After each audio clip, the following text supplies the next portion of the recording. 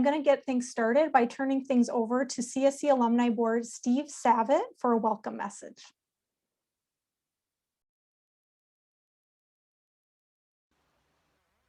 Welcome to a presentation by the Engineers Without Borders here at the University of Minnesota. My name is Steve Savitt, and I am a member of the CSE Alumni Board.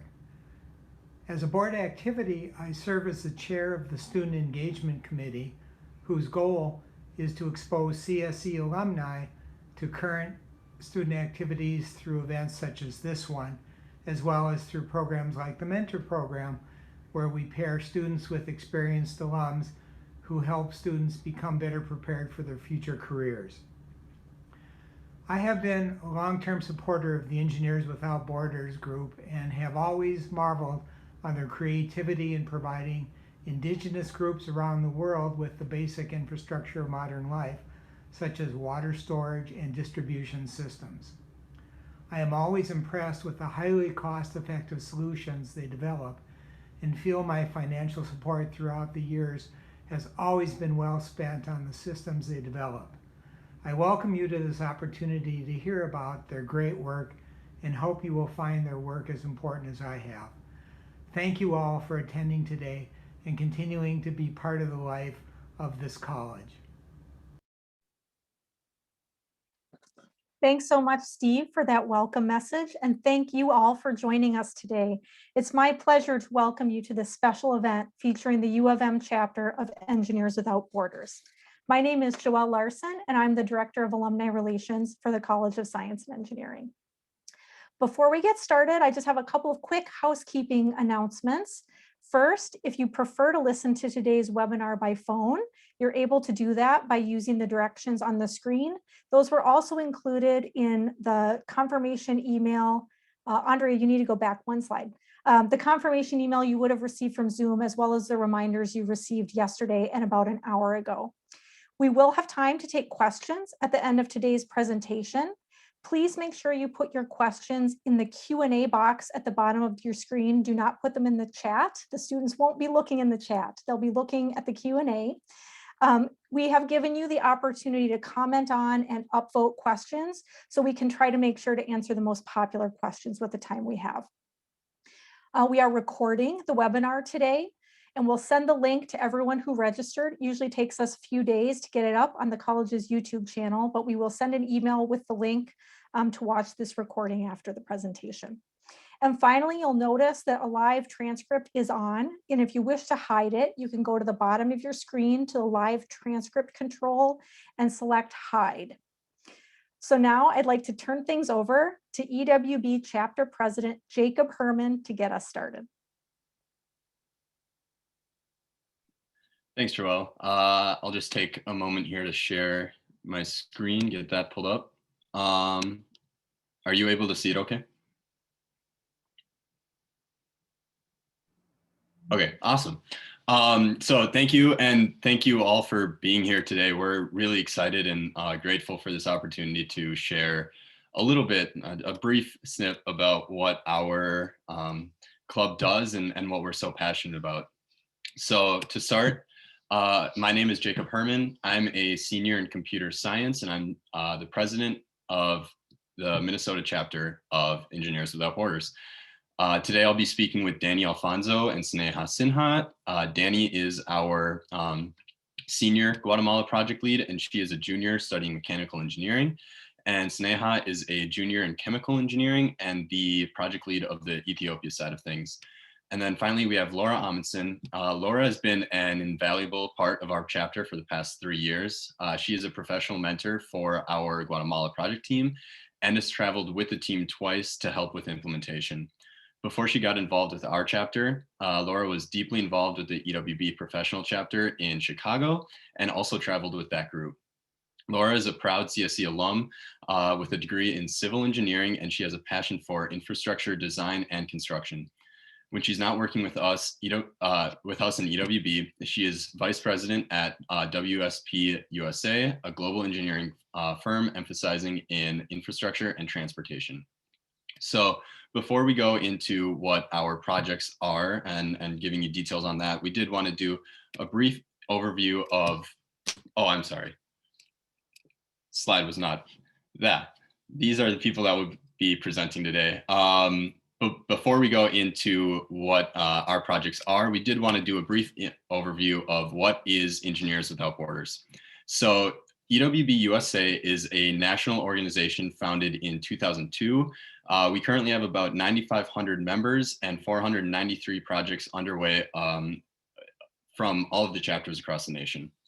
EWB's mission is to build a better world through engineering projects that empower communities to meet their basic human needs and equip leaders to solve the world's most pressing challenges.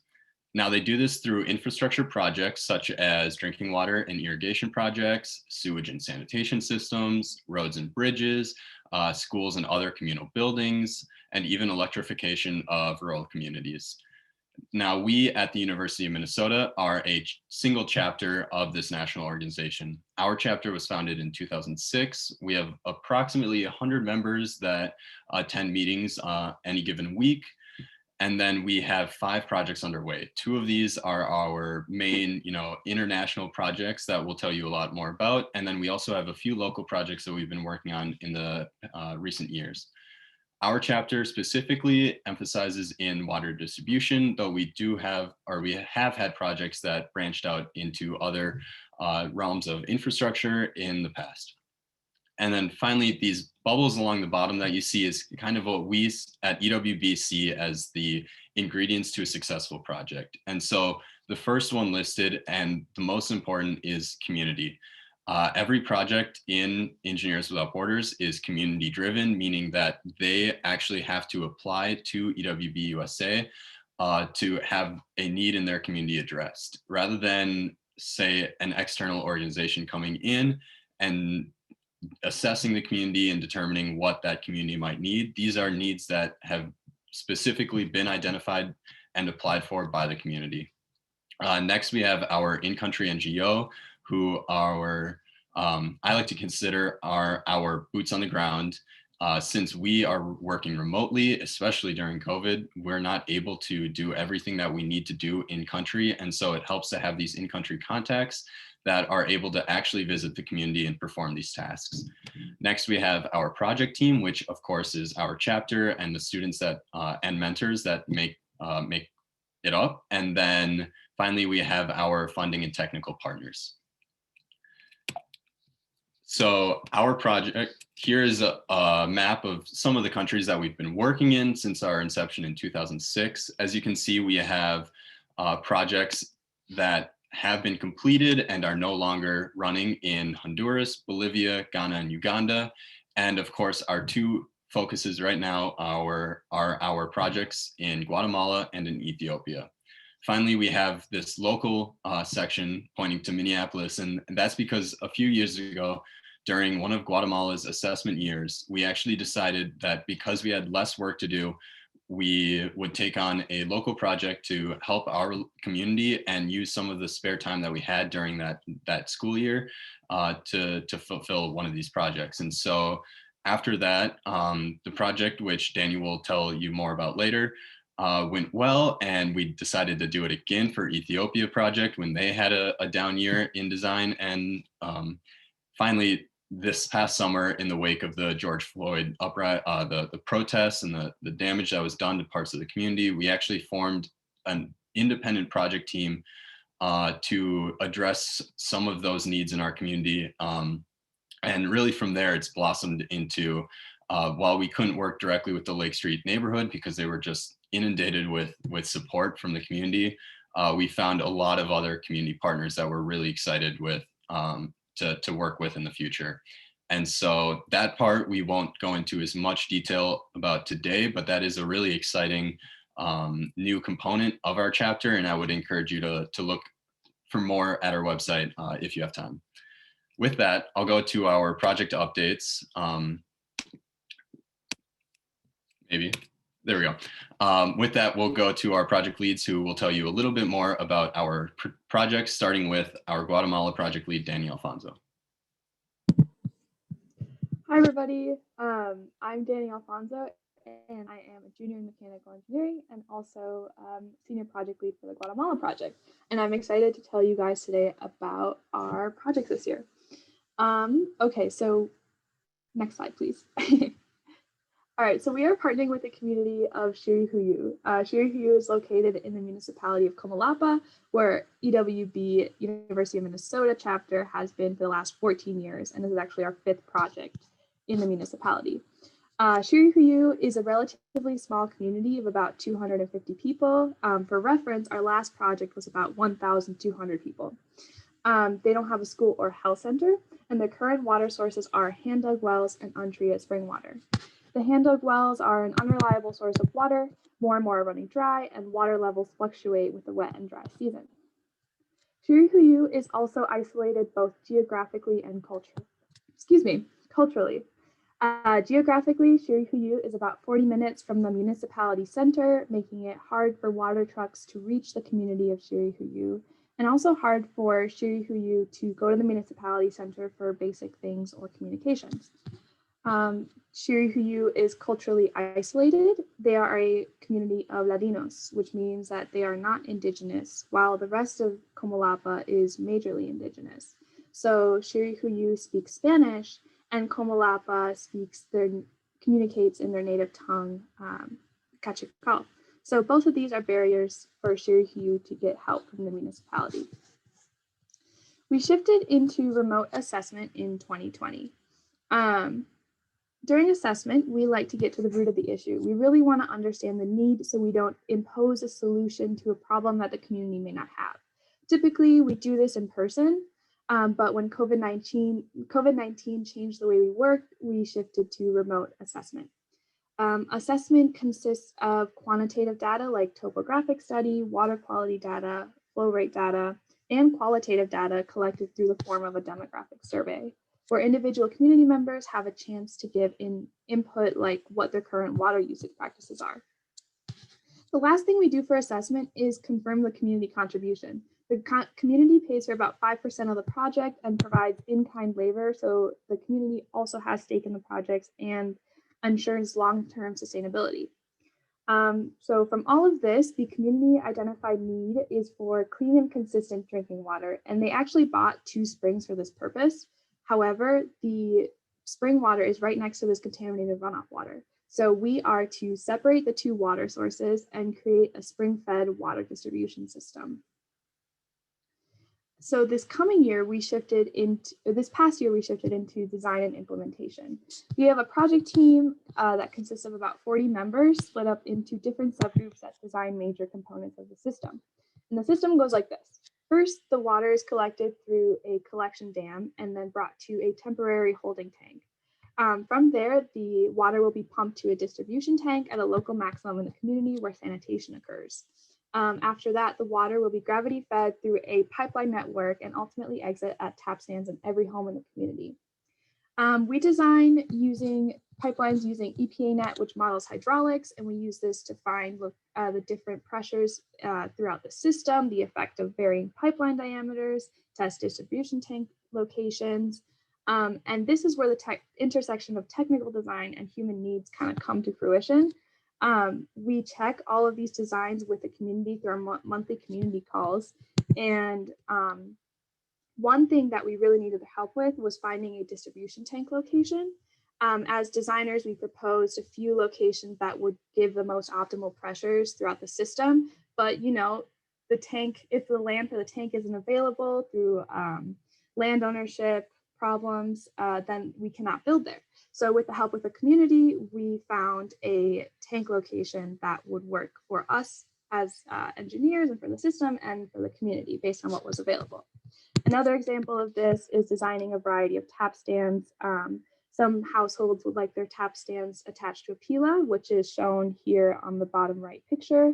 And some households would rather have a freestanding tap stand. So we design multiple tap stands for varying tap stands for different household needs. Looking ahead, we shifted into remote. We are looking into remote implementation. Like I mentioned before, the community provides labor for the majority of the system building, and we will help EWB will help coordinate contracting for more technical parts of the system. Another aspect of this project is community development, which is done in two parts. First, we have an education component of the project where the entire community is educated on proper water usage. And second, with the help of the EWB Guatemala in-country office, they will help with water committee trainings, where the water committee will be properly trained in for long-term maintenance of the system. And of course, all of this could not be possible without the help of Rotary, specifically Burnsville Noon Rotary Club. They helped us apply for the district small grant, in which we got all the material costs of this project covered, which was super helpful and integral to the success of this project. Looking way ahead, we're already looking for, we've already identified our next community partner and are planning remote assessment for this project as well. Shifting to our local project, which also falls under the umbrella of the Guatemala program, we started in 2019 when we were planning for Shirikuyu assessment. So like Jacob mentioned, assessment takes less work. So we took advantage of this, the smaller workload and branched out to the local community for the first time. We partnered with a school called Lincoln International High School, which is a charter school in Minneapolis for that the student body population is a lot of immigrant and refugee students. A lot of these kids are learning English as a second language. And with the, in collaboration with the students and the teachers, we identified that they would like to enhance their STEM education by creating opportunities for hands-on learning with an aquaponics system. So if you don't know what an aquaponics system is, next slide, please. It is a sustainable method of raising both fish and vegetables, and it creates a symbiotic environment. The fish actually create waste that have enough nutrients or the nutrients that the plants need to grow, and then the plants will filter out the water, making it safe for the fish to be in.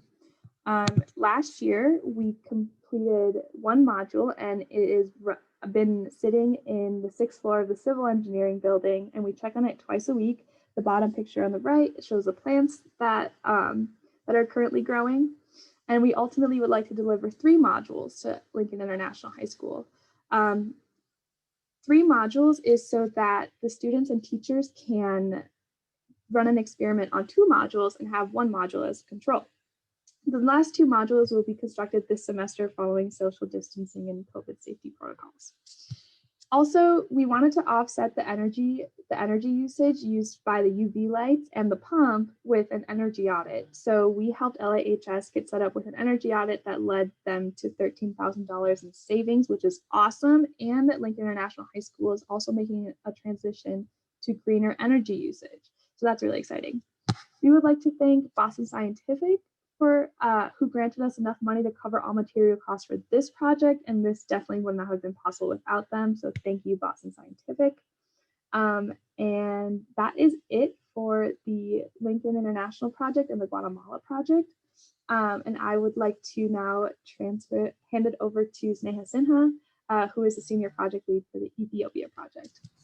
Sweet, thank you, Danny. Like she just mentioned, my name is Sneha Sinha. I'm one of the project leads of the Ethiopia Project. And just to start out with some background about our project itself, we consist of around 40 student members, and we have 5 professional mentors. And we have these weekly meetings where we work on everything that you hear about today. And yeah, so that's really exciting. So a little bit about our project itself. Our partnership was initiated in 2016. So we've actually been working here for 5 years so far. Our community partner is Falakit Geragera, which is in Ethiopia, and it's in the northern Amhara region. And so there they speak Amharic, and that results in a lot of cross-cultural relationships that have started forming. And Danny mentioned a lot about our in-country engineer partners, and they're really crucial to everything that we do there, especially with the language barrier, and have become close in-country partners and friends. So the community itself is divided into 2 people groups. We have the surrounding community, and that's made up of around 200 people. And we also have the monastery, which is also our NGO partner, and they're made up of around 300.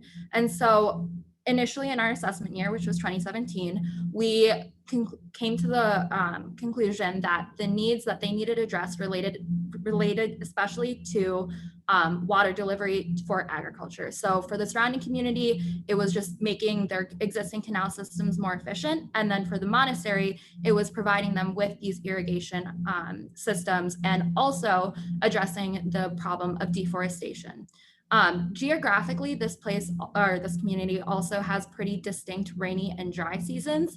And so our problems were to especially relate to the dry season and extending that growing season for them. Next slide.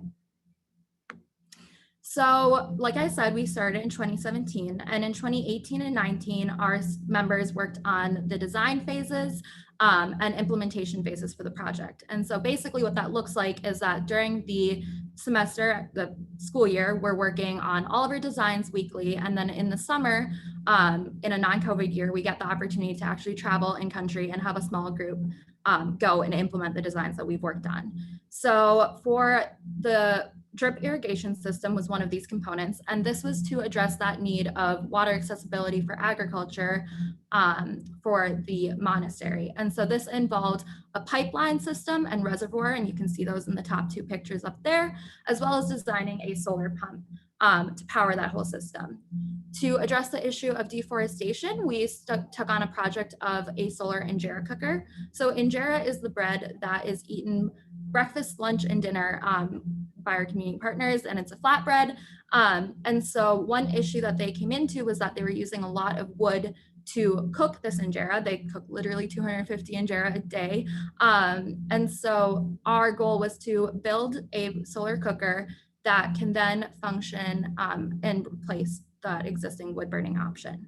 Lastly, we have also worked on a catchment system, and this, like I mentioned before, was to more efficiently direct water to community fields.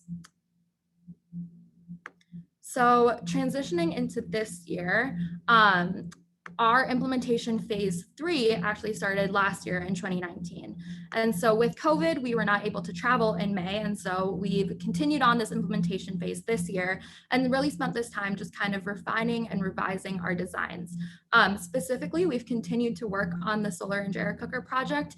Our past prototypes did not function in the way that we thought they would. And so we've started looking more into pre-made purchase options. So on the top left there, you can see us testing a new or purchased solar cooker over the summer, socially distant, masks on, and having the opportunity to see how a functioning solar cooker works, and if something like that could be replicated or even implemented in the community.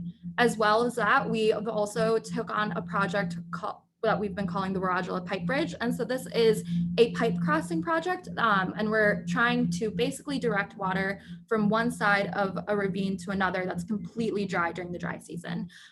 So this was taken on in 2019. And so for it, we weren't able to collect all the data that we needed when we were there. So this past year, we've been working on collecting or having a remote assessment. So Danny talked a little bit about this too, but for this project specifically, that involved having a topographic survey, getting flow rate data, et cetera. And it actually happened a few weekends ago, which is really exciting. And so at the bottom right, you can see our in-country partner, Adam, actually surveying the area. So with that, we've been able to work on improving our designs, and on the top right, you can see our prototyping session that was also over the summer. That was kind of just testing out a preliminary design with the limited amount of data that we had gotten.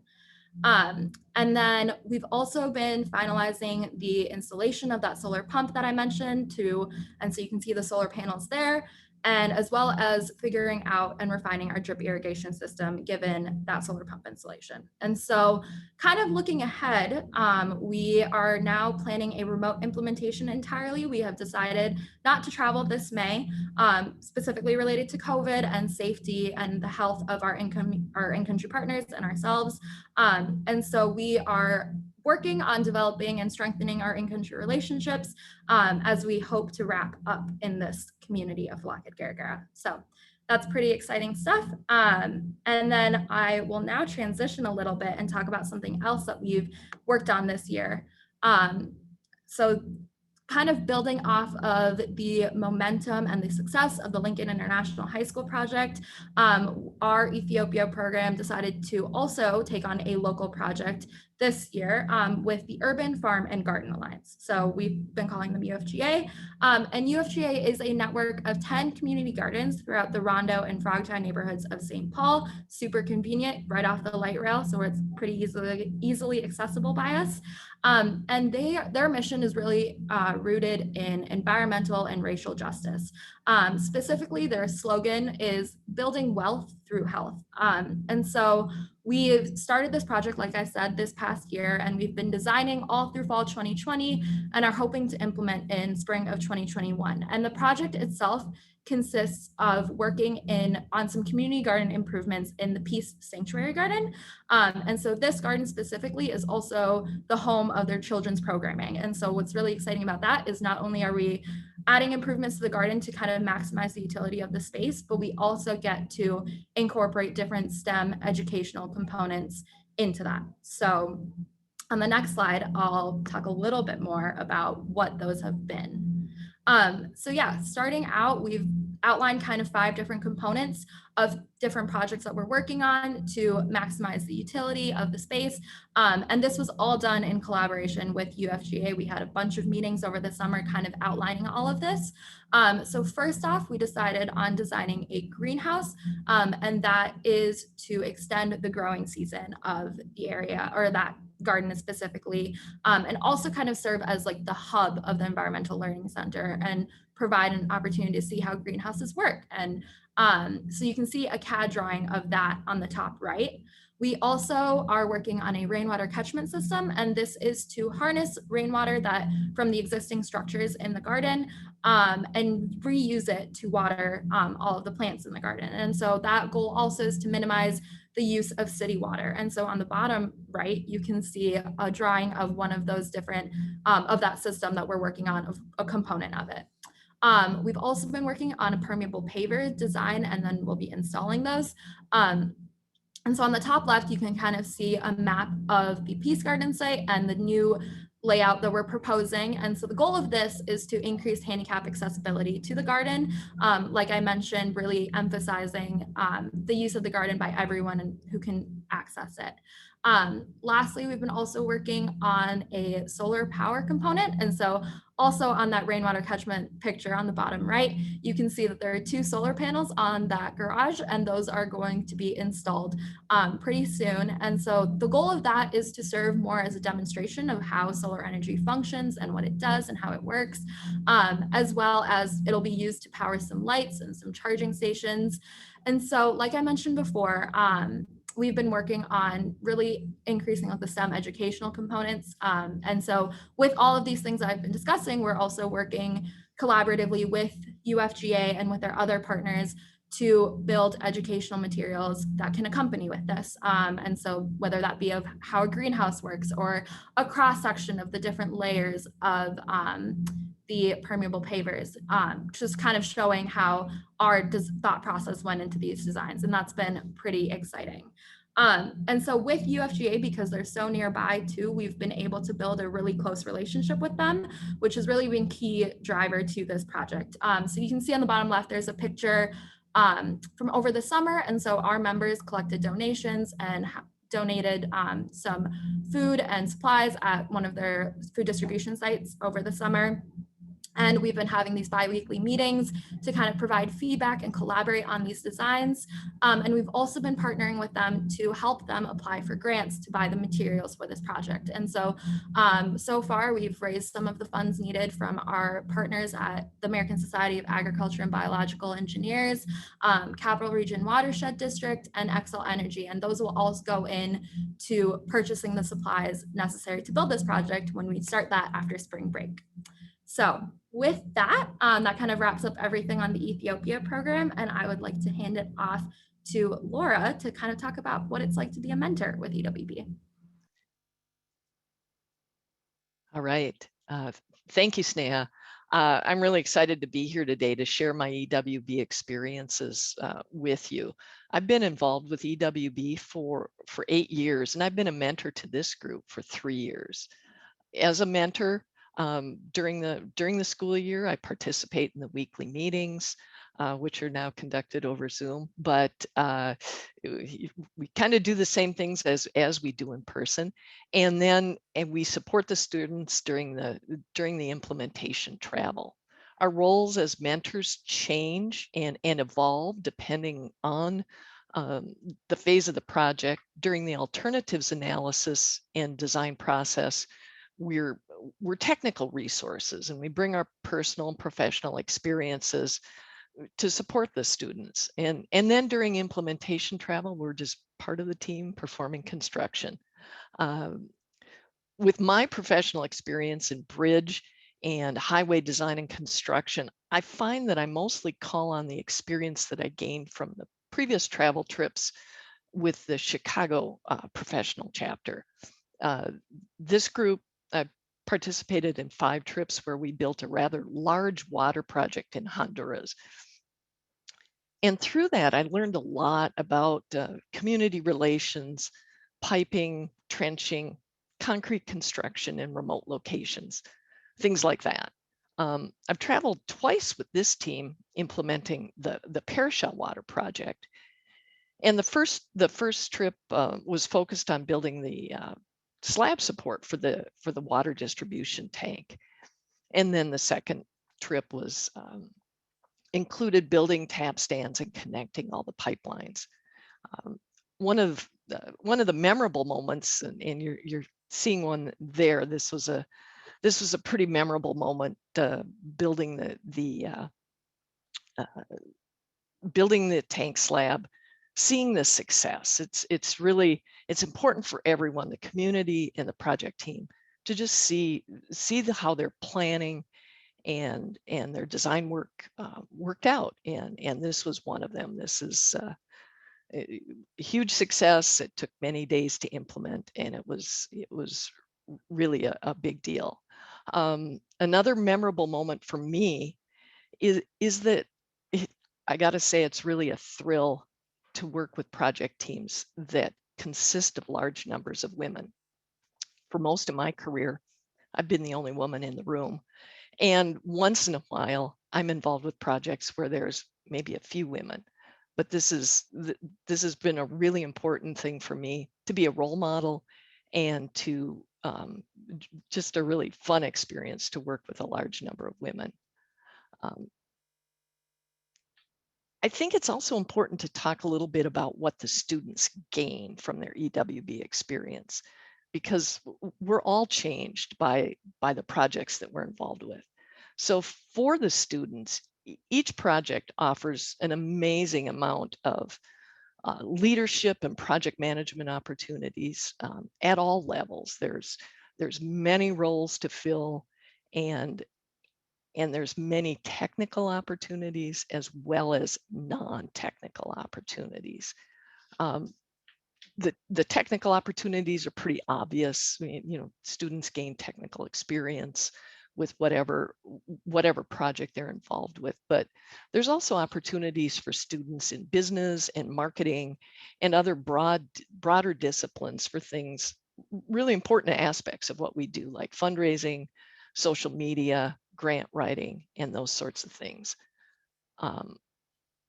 But no matter who the student is and what work they do, along with developing those skills that implement the project team comes away with a really deep cultural awareness, deeper understanding, empathy.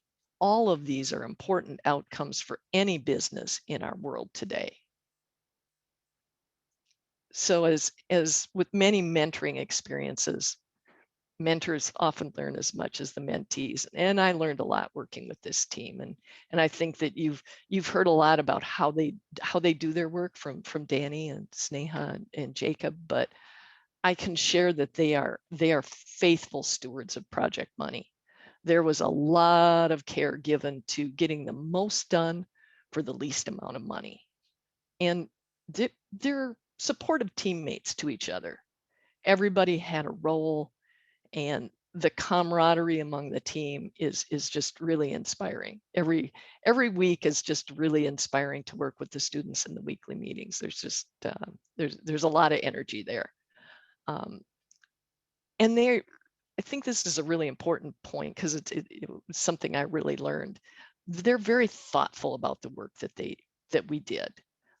Every day in country, when we completed the work and we came back to where we were staying, we spent a lot of time reflecting on the day's work. What was done, what could be done better tomorrow, what could be done better on the next trip. There's an effort to record all of this, and it was a really important piece of the work that they do.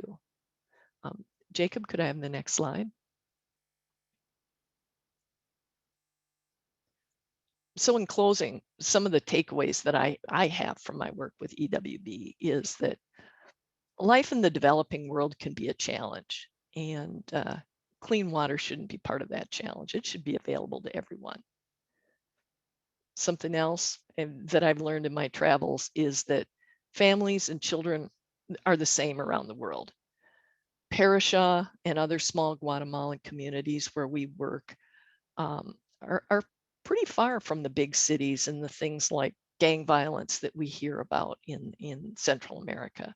So improving their quality of life and allowing them to remain in their small communities is a really important thing that enhances their safety and well-being. And lastly, I can share that the future of the engineering profession is really bright, knowing that these students are a part of it. They've gained a lot of technical and soft skills from their work with EWB, and that's going to serve them really well in their personal and career endeavors in the future. So with that, I'm going to turn it back to Jacob for questions. Thank you.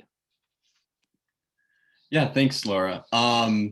So we're about to get into the question and answer portion of the presentation, but before that, we actually have a few questions that we get asked pretty regularly, and I even saw them come through in the Q&A this time around. And so we did prepare some slides. The first is how our chapter finances work. And so first, to give you a little bit of an idea about like what our project budgets are, what our project scope is, we came up with, or we regularly do this, but we have a number of projected how much our expenses are going to be this upcoming summer when all of our implementation happens.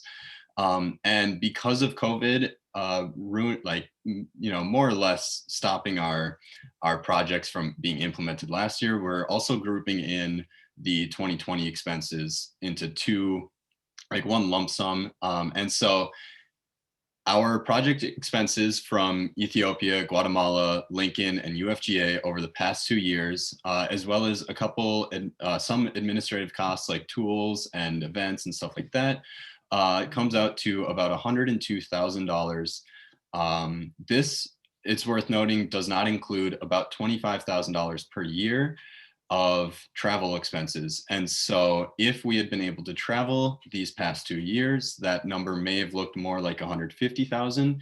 And you can do the math that averages out to about $75,000 per year.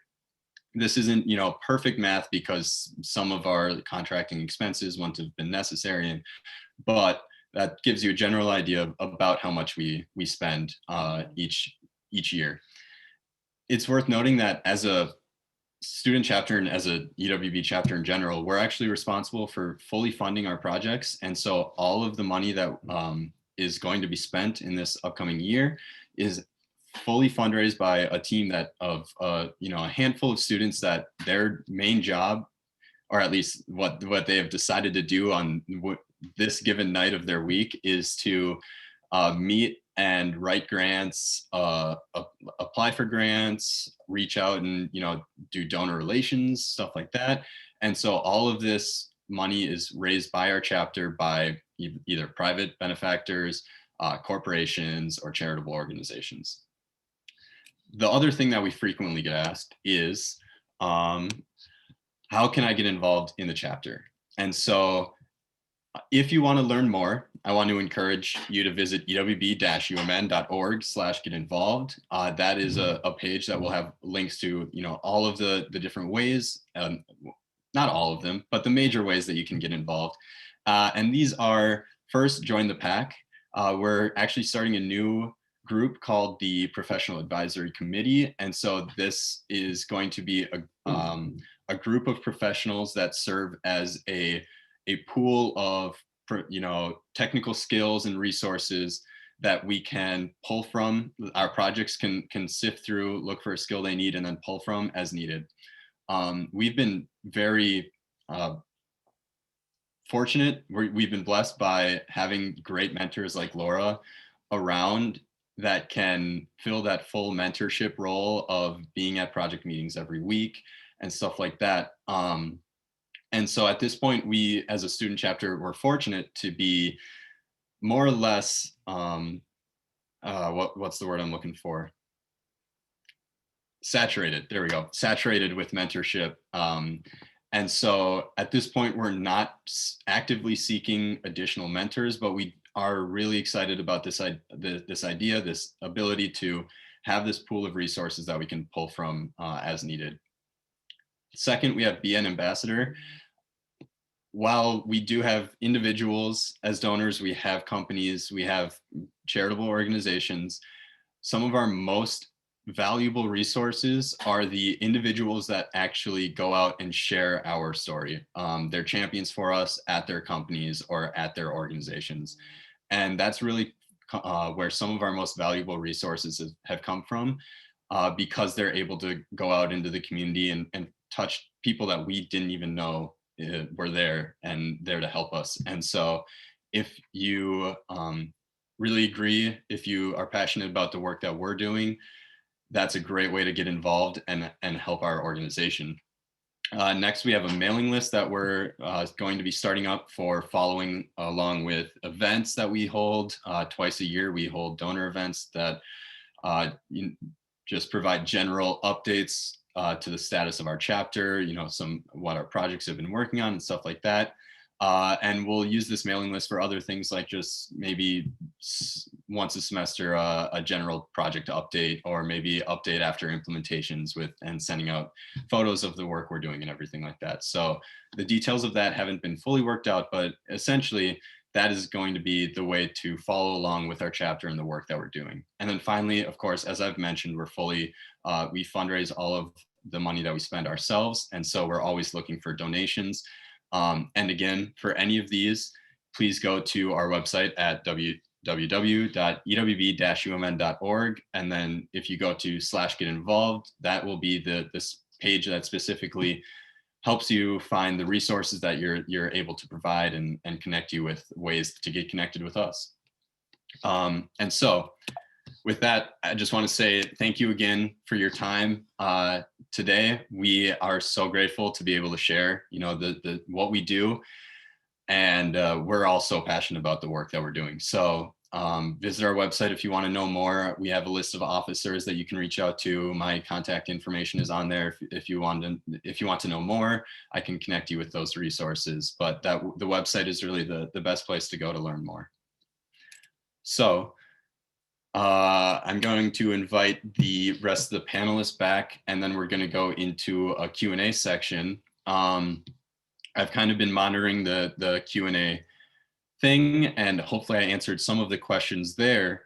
But I think the first question that people will want to know is for Danny and Sneha, what are some of your favorite experiences, whether experience or takeaway from being a part of this organization? Sorry, I'll start. Yeah, I'll start. Okay, cool.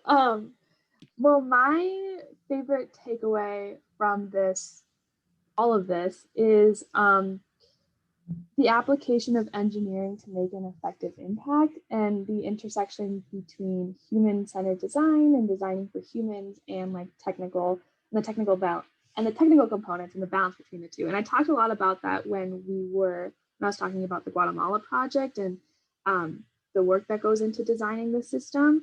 But I think to take what I'm learning in school and applying it to a real world situation makes what I'm learning in school much more valuable, but also gives a more global perspective to everything that I'm learning. So that's one thing I've really enjoyed about being in EWB. Sneha? Yeah, I think going off of that a little bit, I think what's really crucial in EWB is the partners that you develop and building that relationship with your community partners, and especially this past year with UFGA and having a simultaneous project going on in Ethiopia and trying to do all of that remote really emphasizes how crucial that relationship is when you're, working on translating that technical knowledge over and building and designing these new systems and stuff like that. But that collaboration is what's really key to making something successful.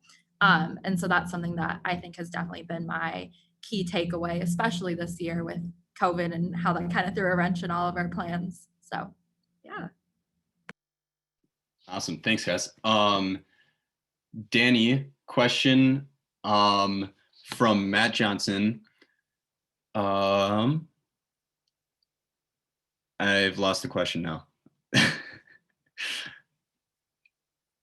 Okay, how have you addressed the root cause of the lack of water, food, and energy in communities, which is often related to systemic racism and oppression by the majority in power?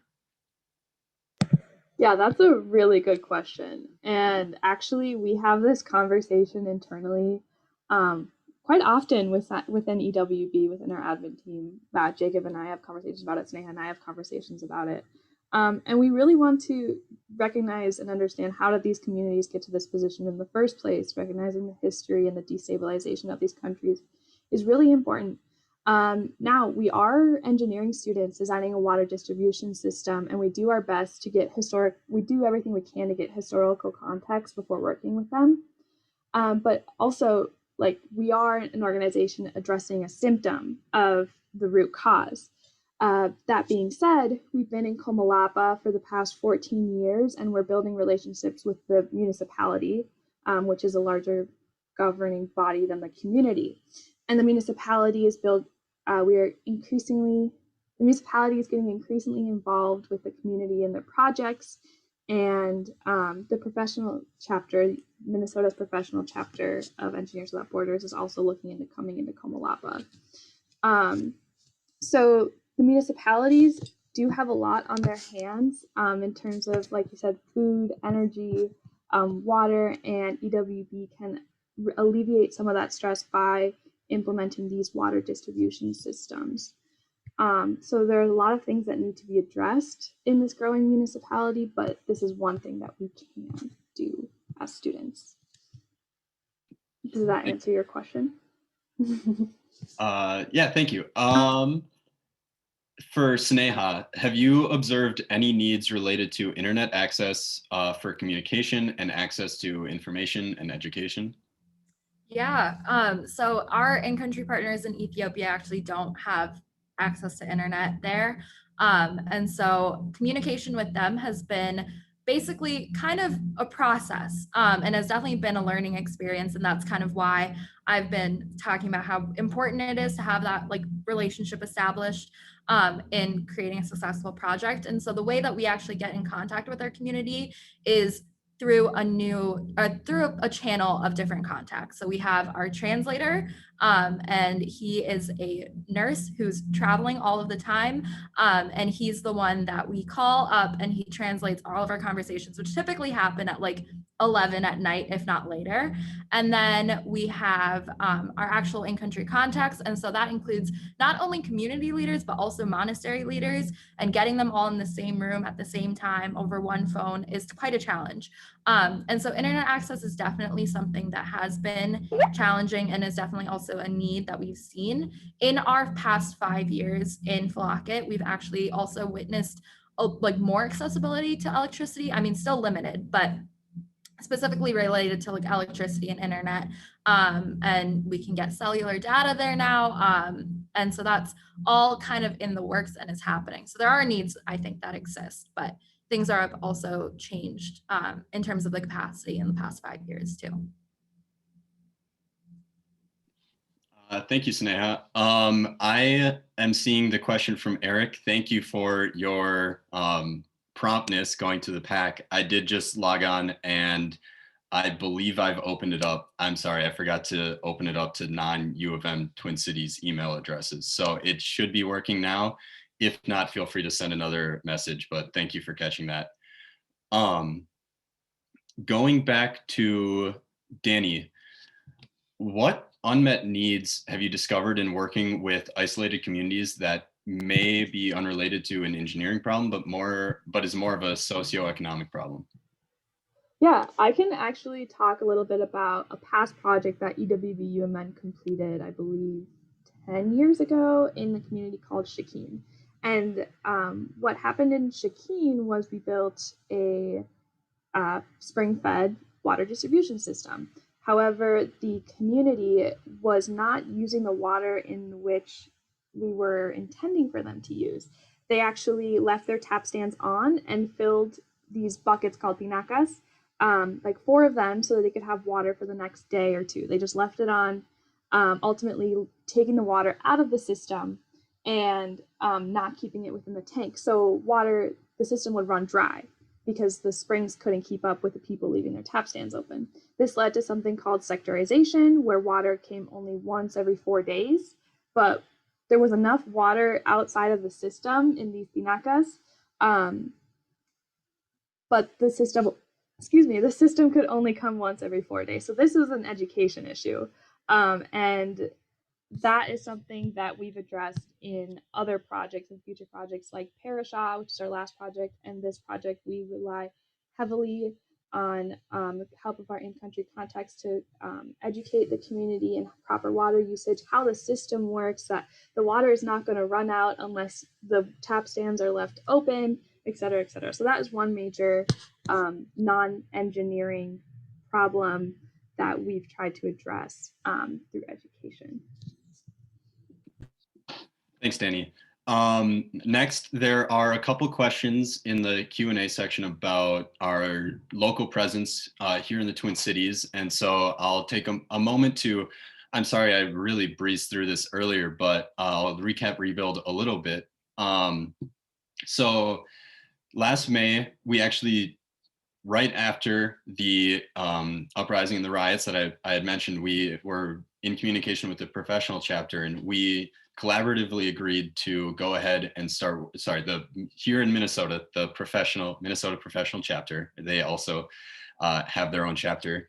And so we worked on collaborating on a project with them. And the root idea was we were seeing these buildings, the businesses that would need help repairing damage and then being able to function again, especially going into this COVID summer that we just had. So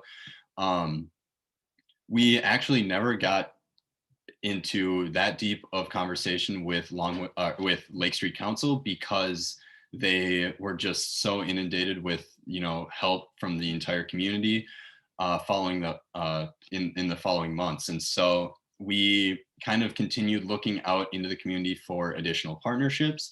And now it's really blossomed into dozens of community contacts that our team has made. And it's narrowed down to a single project so far with an organization called Beacon Interfaith. They provide housing for low-income people in St. Paul.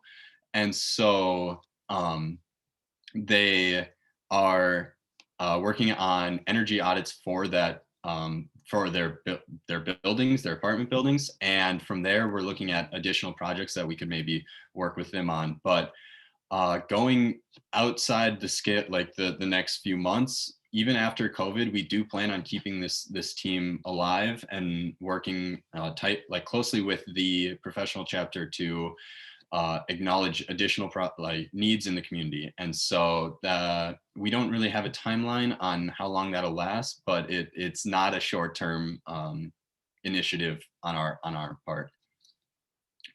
So I hope that answers a couple questions about what Rebuild is, and then also what our plans are locally after COVID. Going back to the Q&A section, I see another question from Matt Johnson that I can answer. As you discover additional non-engineering needs that are related to your goals, is there an opportunity to bring together volunteers from other schools at the U of M, like School of Public Policy? So that is something that we've always really, as an organization, needed. I think our name, Engineers Without Borders, is a little bit intimidating to a lot of people that would otherwise be interested in the work we're doing. We have looked for help from, Carlson students, because we're not very good at marketing ourselves, and we've always wanted help on like the creative side and the marketing side of things. I know we've made some like inroads with organizations like the Ethiopian Student Association, who is helping our Ethiopia project with stuff like translation and just in general cultural awareness. And they've actually been great members of our team, even though not all of them are engineers. And so we are always actively looking for additional students in every major, whether it's CSE or not. It's just we don't always have the best of luck in actually acquiring those skills. With that, I see another question from Kenneth. I do not know the stat on how many colleges and universities have an EWB chapter. And so I'm sorry, I can't get that answer to you, but I do know that they also have a beautiful website, ewb-usa.org, that you could visit for more information on the national chapter itself. So with that, I think all the questions have been answered. So I'm going to turn it back over to Joelle to wrap up, and thank you all for your time and allowing us to tell you a little bit about what we do. Thank you. Thank you so much. I know everyone on the call joins me in thanking Laura, Jacob, Danny, and Sneha for sharing so much information. What you're doing is so inspiring. And I know that you represent the many students who are part of EWB today. So please share with them how impressed we all are with what you're doing. I have just a couple of quick end of meeting announcements. First, if you joined us late, a reminder, we'll be sharing the recording of today's presentation with everyone who registered, as well as putting it up on the college's YouTube channel. It usually takes a few days for us to clean up the captioning and get that loaded, but keep your eye out early next week for an email. Please feel free to share it with anyone you think might be interested in hearing about these inspiring students and what they're doing. We have a couple of events coming up I'd like to share with you. First, the next installment of our Dean's Lunch and Learn series featuring the School of Physics and Astronomy is coming up on February 25th. Again, I'll include the links to register for these events in that follow-up email, but if you'd like to go to that registration now, it's z.umn.edu/physics lunch learn 2021. And finally, on March 9th, we have another webinar coming up over the lunch hour featuring the Earl E. Bakken Medical Devices Center. They've been in the news quite a bit during COVID about the invention of the Coventor, a low-cost ventilator that's been used worldwide to help treat COVID. And they'll be talking about that project among other projects that they've been working on. And you can register for that at z.umn.edu/Bakken MDC webinar. And again, I'll include the links to register for those events in the follow-up email that will also have the link to watch this presentation. Finally, I'd like to let you know that you can always contact me if you have any questions at csealumni@umn.edu. And with that, I'd like to thank our presenters once again for making time today to be with all of us and to share this information. And I want to thank all of you for participating in today's webinar. Really appreciate your time, and I hope you have a great afternoon. Thanks so much.